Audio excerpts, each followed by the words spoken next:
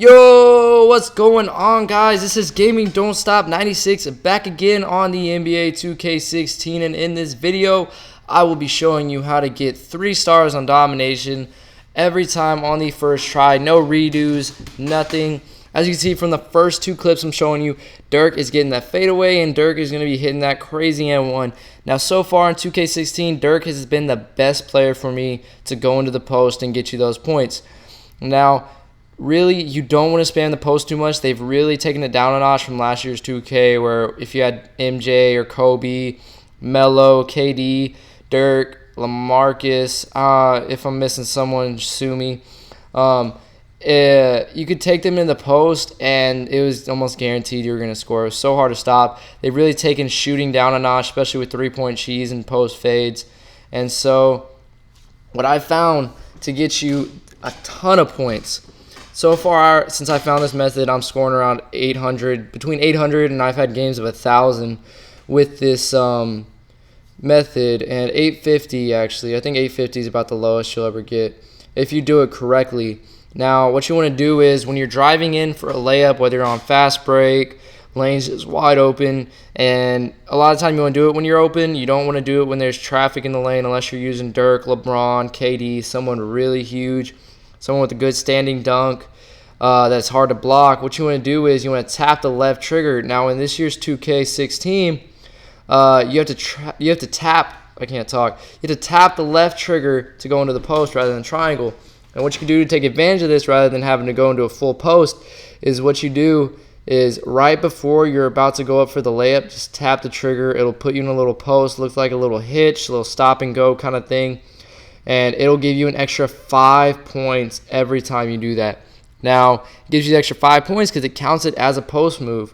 So you really don't have to go into the full post, post fade, post hook to get those post move points. And so that's what you're going to want to do on the fast break and all that, and that'll get you those extra points. But some other tips for domination. First off, you got to get at least 10 free throws, which can be kind of hard sometimes if you start off slow. I've had times where I've just had to take James Harden and just run into the defense for the last 2 minutes of the game to get my free throws up to where I can get those 10 free throws. And you need those 10 free throws because it's required as a minimum. You have to shoot at least 10 to get your free throw percentage towards your points. Now, free throws percentage is going to be a big part of your points, mainly because that's an extra 100 points if you make all 10 towards your final MT count. And I think the most MT you'll ever need is around 880 or 870 for the final game in historic domination. And so that 100 points is a big part of it. And next off, you need to shoot at least 5 threes. Now, in this 2K, I really don't spam the three-point shot. They've really taken it down a notch from last year. And so it's a lot harder to make threes. Really, you only want to take them if you're open or if you have to because the shot clock is going down. And so you need to shoot at least 5 threes. It's just like the free throws. It's required as a minimum to get your three-point percentage towards your final MT count. And next off, if you are in a slow battle like I was against the Pistons, that old Pistons team is probably one of the best defensive teams in NBA history. What you're going to want to do is you're going to want to go into a half-court trap. I like to control the center just to make sure I don't give up any easy layups and force the computer to shoot threes. And sometimes you'll get in the lane, get some layups. That's fine. It speeds up the pace of the game, gets you going on the fast break. Fast break points are also a huge part. It's either 4 or 5 points per fast break bucket you get.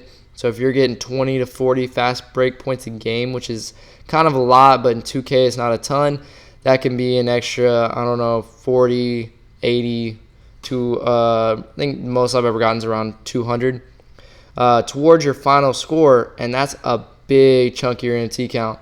And so those are some tips for y'all. Make sure you get the 10 free throws, fast break points, half-court trap just to speed up the game. And if you are balling on a budget, Draymond Green has been one of the best players for me consistently.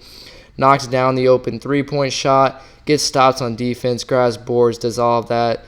I would definitely recommend him. I think he only goes for around 5K. I've had him since day one. And if y'all need any more tips or anything, just let me know in the comments. I'll try to respond to them, help y'all out with it. If I find any more glitches in this, I'll definitely get a video out on it as soon as I can.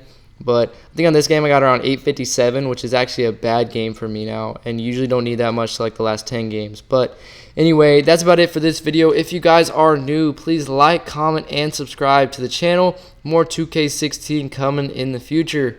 Y'all have a good one.